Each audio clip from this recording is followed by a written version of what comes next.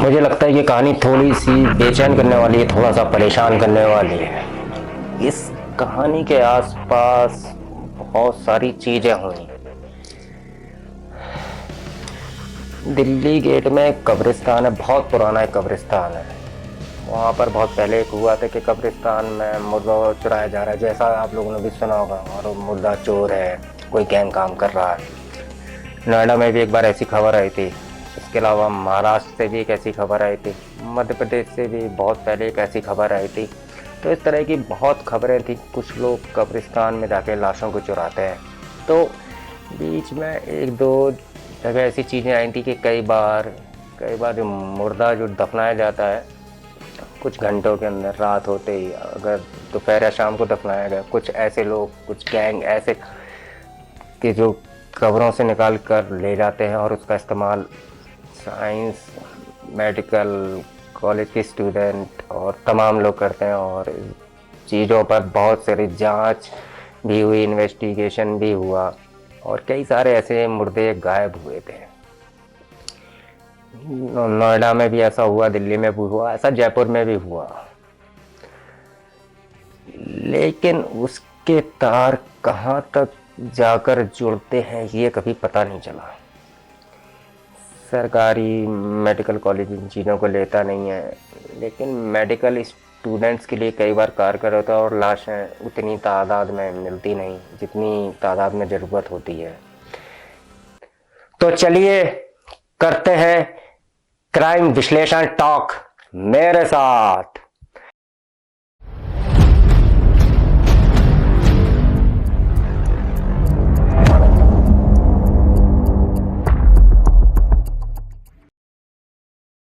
नमस्कार, जय श्री राम, जय महाकाल, वंदे मातरम, भारत माता की जय। मित्रों, मैं एडवोकेट समीर व्यास सार्वत लीगल सेल यानी कि एलसी के इस वीडियो में आपका हार्दिक स्वागत एवं अभिनंदन करता हूं। सांप्रदायिक सौहार्द बनाए रखिएगा, मेरे चैनल को सब्सक्राइब करना ना भूलिएगा, बेल आइकॉन जरूर दबाइएगा, लाइक, सब्सक्राइब और शेयर जरूर कीजिएगा मेरे वीडियो को।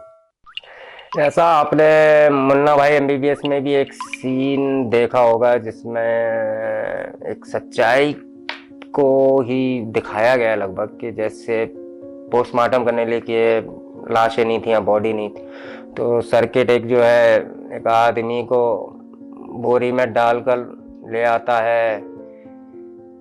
तो ये जो सीन था, ये एक्चुअली में था तो मजाकिया सीन, लेकिन ये हकीकत के बहुत करीब था।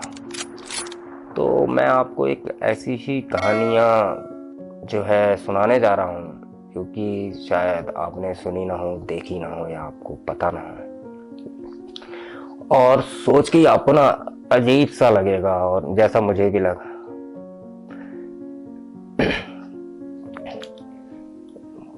मैं कोशिश करूंगा कि आपको इसकी पूरी स्टोरी जो है, उसका इंटरव्यू जो सुना है वो भी मैं आपको सुनाऊंगा।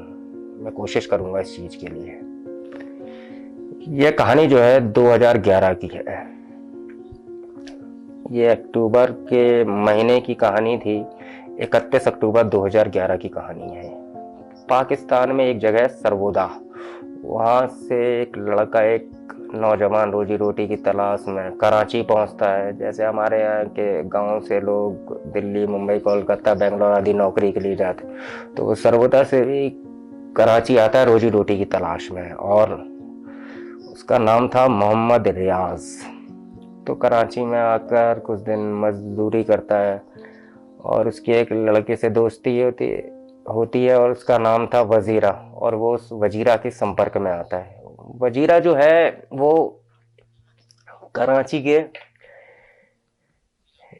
लियाकाबाद या फिर एक और जगह है, वहाँ पे एक कब्रिस्तान में खुदाई की, मतलब कब्रों की खुदाई का काम करता था, या कब्रों पे पानी वगैरह जो डाला जाता है, जो नॉर्मली होता है, उसका काम करता था। किसी को दफनाते हैं तो सारी मिट्टी डाल दी जाती है, तो मिट्टी उधर ना हो, इसलिए वो पानी डाला जाता है वहाँ पर। तो वजीरा ये काम करता था। तो जब रियाज कराची पहुँचता है तो वो उसको अपने साथ पहुँचता है, तो कहता है कि तुम्हें काम चाहिए तो कब्रिस्तान में ये काम कर लो। और वो दोनों मिलकर कब्रिस्तान में काम करने लगते हैं। धीरे धीरे वक्त बीतता है। तो रियाज जिसका मानना इसका जिसका कहना है कि कई बार उसने देखा कि शाम को जो लाशें ताजी दफनाई जाती थी, उसके कुछ घंटे के बाद अगर अंधेरा हो जाए तो ये जो वजीरा है कब्र का एक हिस्सा खोलता था, उसके अंदर जाता था, फिर थोड़ी देर बाद बाहर आता था। फिर धीरे धीरे उसने उससे पूछा कि ये क्या करते हो। फिर उसने उसको एक कहानी बताई और वही चीज रियाज का कहना है उससे सीखी और वो खुद करने लगा। अब वो चीज क्या थी? होता क्या था कि कब्रिस्तान में जब भी असर एक नमाज का एक वक्त होता है, तो उसमें जो असर की जो नमाज है वो 4 से 5 के बजे के बीच में शाम को होती है, और मगरिब की एक नमाज और होती है, वो जब सूरज डूब जाता है उसके तुरंत बाद होती है। तो उसका कहना था कि जैसे ही असर के वक्त तो कोई मुर्दा दफनाने के लिए कब्रिस्तान लाया जाता तो खास तौर पर इन दोनों की नज़र होती थी और उस पर रियाज की। तो दो चीज़ें थीं, एक जो मुर्दा है मर्द की है कि औरत की है, लड़की की है, ये कैसे पता चलेगा। तो उसमें पाकिस्तान में कराची में एक रवायत है, जो लड़कियां या औरतें होती मरने वाली थी, फीमेल है, तो उनकी कमर को पर एक चादर डाल दी जाती है। इसको एक पर्दा है और मर्द ना देखें उसको, इस तरीके से एक चादर डाल दिया जाता है। लेकिन वो चादर एक निशानी है, जिस कब्र पे जो चादर होती थी कि ये कब्र वो किसी फीमेल की है, किसी महिला या लड़की की है। तो अब दो चीज़ें थीं, जैसे ही रियाज और वजीरा ये देखते थे कि किसी कब्र पर चादर डाली गई तो वो समझ जाते थे कि ये फीमेल है। लेकिन उससे भी बड़ी चीज़ ये थी कि वो मुर्दा जो दफनाया जा रहा है या दफनाई जा रही है वो असर के आसपास, यानी कि मतलब 4 से 5 के बीच में शाम को। उसकी वजह क्या थी ये भी मैं आपको आगे बताऊंगा। मतलब ये नहीं कि सुबह दोपहर, मतलब शाम को। तो जब भी असर के वक्त दफनाने के लिए जो भी आते थे, 4-5 का वक्त होता था, उसके बाद 1 आध घंटे का लगता है कब्रिस्तान में, और इसके बाद सारे रिश्तेदार, पड़ोसी, दोस्त सब अपना अपना दफनाने के बाद वहाँ से निकल जाते हैं, अपना घर चले जाते हैं। और थोड़ी देर के बाद मगरिब यानी कि शाम को सूरज डूब चुका होता है। तो कुल मिला के 1 से 2 घंटे या कभी कभी 2.5 से 3 घंटे का ये टाइम होता होगा दफनाने का। तो जैसे ही असर के वक्त कोई वहाँ पर फीमेल को या महिला को दफनाया जाता, वो चादर से पहचान दे इसलिए लोग चले जाता। अंधेरा होता, जब अंधेरा होता तो रियाज कब्र के जिधर पैर होता है उस हिस्से को थोड़ा सा खोलता, इतना कि एक आदमी उसमें दाखिल हो सके। और उसके बाद उसमें तो स्लैब होता है, जनरली दफनाने के लिए बहुत जगह में लकड़ियों का पट्टा इस्तेमाल करते हैं ऊपर की तरफ। मुर्दे को नीचे लिटाने के बाद ऊपर पत्थर का लकड़ी का स्लैब होता है, फिर उसके ऊपर मिट्टी डाली जाती है कि मिट्टी मुर्दे के ऊपर ना गिरे। तो पैर की तरफ से कब्र को खोदता था कि इतना हिस्सा वो खोदता था पैर की तरफ से जिसमें वो उसके अंदर दाखिल हो सके। उसके बाद एक स्लैब हटाता पत्थर का। कराची में लगभग पत्थर का ही चलन है, वहाँ पर अलग अलग छोटे छोटे पीसेस में पत्थर मिलते हैं कब्रियों के लिए।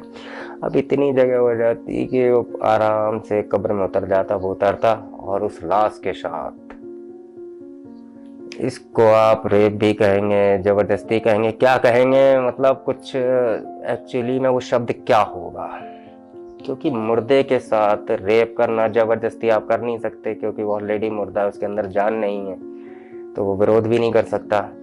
लेकिन खैर वो जाकर अपनी हवस पूरी, मतलब वो अपनी पूरी हवस उस लाश के साथ, मतलब जो लाश 2-3 घंटे या 4 घंटे पहले दफनाई गई है वो करता। फिर बाहर आता, वापस उस स्लैब को फिट करता, मिट्टी वापस डालता, फिर वो कब्र वैसी पूरी हो जाती और बस उसके। और ये दोनों ये करते रहे, वजीरा और ये रियाज। फिर करीब कुछ समय के बाद, कुछ वक्त के बाद वजीरा की मौत हो जाती है, क्योंकि वो ड्रग्स भी लेता था। और वो सारी जो मतलब रिपोर्ट पता है मुझे कि अब ये रियाज अकेला बसता है, और इसका सिलसिला जारी था उसके मरने के बाद भी। एक बार जिसने आखिरी बार की कहानी बता रहा हूँ, क्योंकि कहानी वहीं से खुलती है। 2011 अक्टूबर का महीना था, 31 अक्टूबर की शायद बात है, जितना मुझे पता है। शाम को असर के वक्त एक लड़की की लाश आती है वहां पर, जिसकी मौत हुई थी। उसको दफनाया जाता है, और दफनाने के बाद लोग चले जाते हैं।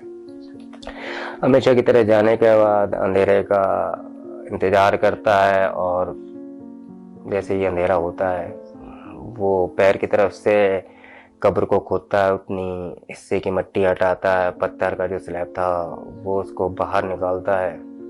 इतनी जगह हो गई कि अब उसके अंदर जा सकता है। वो अंदर जाता है, और अंदर जाकर वो लाश के साथ जबरदस्ती करना या रेप करना जो भी है शुरू कर देता है। मतलब अपनी हवस जो भी है मिटाना शुरू कर देता है।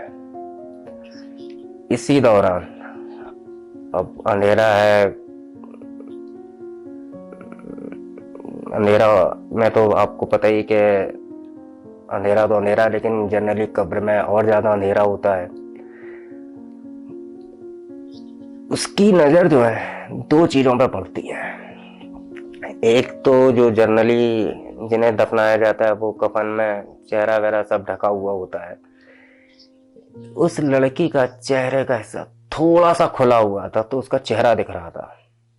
कई बार ऐसा होता है कि कब्र में उतारने में, इस दौरान उतारने में गांठ खुल गई हो गई, तो वो चेहरा जो इसका दिख रहा था। कई लोग कफन को टाइट भी नहीं मानते, इसलिए कि मतलब मुर्दे को तकलीफ ना हो, क्या कहने हैं इसको, खैर जो भी है, रस्म तो रस्म है।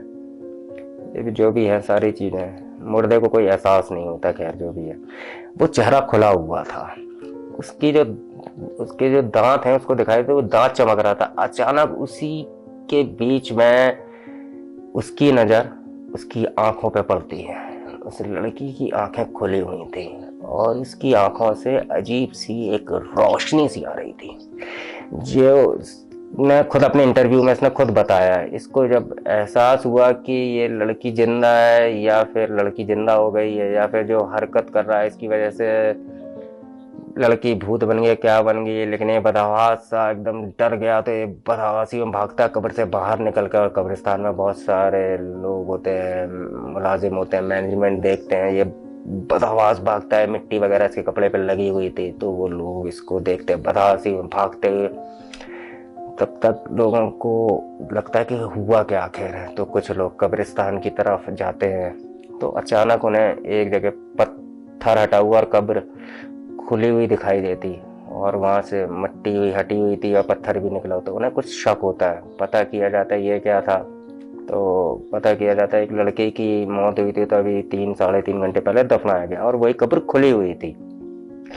तो कुछ लोगों को शक होता है, क्योंकि इससे पहले भी कई बार लोग दफना के गए थे महिला के लिए। अगली बार जनरली इस तरह की मौत होती है तो अगले कई दिनों तक लगातार पाबंदी से कब्रिस्तान जाते हैं, दुआ करने जाते हैं, कब्र के आसपास बैठते हैं। ये एक इनकी रस्म है, ये जो भी जैसे भी करते हैं अपनी तसल्ली के लिए करते हैं, जो भी है, क्योंकि अपनों की मौत होती है तो तकलीफ होती है। तो कई बार जब लोग वहां गए तो पता चला कि हम तो कब्र को इस तरीके से करके गए थे, लेकिन ये अजीब सा ऐसा लगा कि पहले ये खुला है, फिर इसमें जबरदस्ती मिट्टी डाली गई है।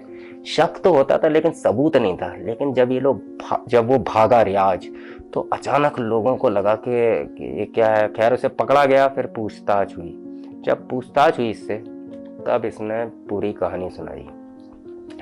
अब उसके बाद जानी चली जाती। खैर लोग इतने गुस्से में थे, तो कब्रिस्तान में जो लोग थे उन्होंने पुलिस को बुलाया, और फिर कराची की पुलिस जो है वो आती है, और वो कराची की पुलिस को पूरी कहानी सुनाता है। जो पूरी कहानी थी कि पाकिस्तान के इतिहास में इससे बड़ा रेपिस्ट नहीं हुआ था। कि मैं भी इसको भी कहूँगा कि पूरी कहानी थी ये। पाकिस्तान के इतिहास में इससे बड़ा रेपिस्ट नहीं हुआ था। लेकिन फिर मैं यही कहूँगा, मुर्दों के साथ रेप करने वाला था। इसने जो गिनती बताई वो 48 थी। इसने कहा चूंकि कराची पाकिस्तान में, तो इसने कुल 48 ख्वातीन के साथ कब्र में उतर कर उनके साथ रेप किया। और इसका ये कहना था कि उसको इस बात का एहसास नहीं हुआ, और वजीरा ने उसको ये तरीका बताया था कि बस उसको इतना पता था कि वजीरा ने उसको बताया कि कोई भी महिला की लाश या किसी लड़की की लाश दफनाई जाती थी तो 2-3 घंटे पुरानी होती थी, और शाम के वक्त दफनाई जाती थी, और सुबह और दोपहर के वक्त या जो भी लाश दफनाई जाती थी, यदि गर्मी है तो फिर वो लाश जो है थोड़ी सी अलग हो जाती है, और ताज़ी ताज़ी जो लाशें होती हैं उसमें कुछ बुरा नहीं लगता है। तो वो सोच जो भी है, उसकी जो भी मानसिकता थी, ये टोटल जो थी 48 लाशों के साथ, 48 मुर्दों के साथ रेप करने की बात को कबूल करता है। और फिर पाकिस्तानी मीडिया में बाकायदा इसका इंटरव्यू आता है और कोहराम मच जाता है, और पूरा पाकिस्तान इसको फ़ौरन से फ़ौरन मौत की सज़ा देने की बात करता है। लेकिन फिर कानून भी था। तो जैसे 48 अपने जैसे निठारी मामले में 17-18 बच्चों की मौत हुई थी, और अलग अलग मुकदमों में जैसे कोहली को फांसी की सज़ा हो चुकी है, तो ऐसे ही इस मामले में 48 जो मुर्दों के साथ इसने किया, तो इसको भी करीब सज़ा सुनाई गई। कई मामलों में करीब 12 या 15 मामलों में इसको फांसी की सज़ा सुना दी गई। लेकिन अभी भी ये केस चल रहा है, लेकिन इसको कब फांसी होगी, लेकिन जहाँ तक लगता है कि इसको कभी भी फांसी हो सकती है। लेकिन हालांकि अभी जिंदा है, ये होश में नहीं, लेकिन उसको सारी चीज़ें याद थी, लेकिन वो कहीं दिमागी रूप से। तो जब इससे पूरी बातचीत हुई तो इसका ये भी हुआ कि जहनी मतलब दिमागी तौर पर फिट नहीं है, ये होश में नहीं है, लेकिन उसे सारी चीज़ें याद थी। लेकिन कहीं पे वो दिमागी रूप से थोड़ा सा बीमार था। लेकिन इसका को फ़ायदा ना हो कोर्ट में, इसलिए इसे दूसरी तरीके से बात की गई, और साइंटिफिक टर्म होता है जो मेडिकल टर्म होता है उसमें बात की गई। इसको नेक्रोफीलिया बोलते हैं, जो मुर्दों के साथ अपनी हवस मिटाते हैं, जिस तरह की चीज़ें करते हैं। तो ये जो कहानी ये जो थी, ये कराची की थी, पाकिस्तान की। पाकिस्तान भी यहीं का हिस्सा है, जो कि बाद में विभाजित हो गया। तो इनकी जो मानसिकता है वो आप देखिए, समझिए इन चीज़ों को कि मानसिकता आखिर क्या है, कहाँ से आती है मानसिकता, उस किताब से। खैर, कैसे एक शख्स कैसे मुर्दा लड़कियों के साथ कब्र में उतर कर उनका रेप करता था, उनके साथ जबरदस्ती करता था।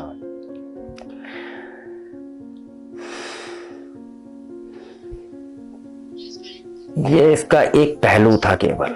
दूसरा पहलू इसका ये था कि जो इसने जो टाइम फ्रेम बताया है कि हमने इतने महीनों में ये 48 या 1.5 से 2 साल का टाइम था इन 48 महिलाओं के साथ, इन 48 कब्रों में उतर के ये किया। जब एक खबर फैली उस इलाके में, तो कब्रिस्तान हर इलाके के हिसाब से होता है। तो जहाँ का पास का कब्रिस्तान होता है वहाँ पे जनरली लोग दफनाते हैं। तो वहाँ का जो इलाका था, तो वहाँ पे जनरली जितनी भी महिलाओं की जो मौत हुई थी, वो सारे घर वाले, उनकी दिमागी हालत आप सोचिए, वो सब कब्रिस्तान जाते थे, और पुलिस भी उसको लेकर गई कि भाई निशानदेही के लिए, कि भाई पूछने के लिए, पूछताछ में कि भाई बताओ तुमने कौन कौन सी कब्र खोदी। को जिस कब्र की तरफ इशारा करता, उस कब्र में लेटे हुए मुर्दे, उस कब्र में लेटे हुए मुर्दे के रिश्तेदारों के दिलो दिमाग में क्या होता होगा। वो क्या खुद सोच रहे होंगे, ये मतलब मैं आपको बता भी नहीं सकता। आप खुद सोचिए, आप खुद समझिए कि मतलब क्या हो सकता है। मैं मतलब इस चीज को ना शब्दों में डिफाइन नहीं कर सकता, लेकिन आप समझ सकते हैं। लेकिन उन 48 परिवार के लोगों के लिए मतलब ये जो गम है ना, वो आज भी वैसा ही है। जिंदगी भर जिंदा रहते हुए इंसान तमाम तकलीफें झेलते हैं, लड़ते हैं, झगड़ते हैं, कभी किसी चीज के लिए, कभी किसी चीज के लिए, कभी टेंशन हो जाती है, जिंदगी की जद्दोजहद करते हैं। मरने के बाद भी अगर क्राइम, जुर्म और ऐसी सोच, ऐसी मानसिकता वाले लोगों से अगर पीछा ना छूटे, तो ये बताइए इंसान जाए तो जाएगा।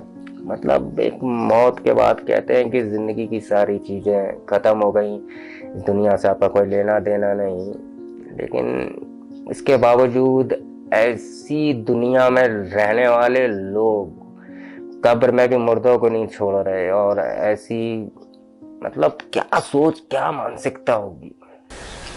वो 48 जो फैमिली हैं, जो जब इन्वेस्टिगेशन चल रहा था, जिस पर की तरफ वो इशारा करता था, तो वो फैमिलियां दुआ मांगती थी कि भाई हमारा ना हो इसमें, ये कब्र में।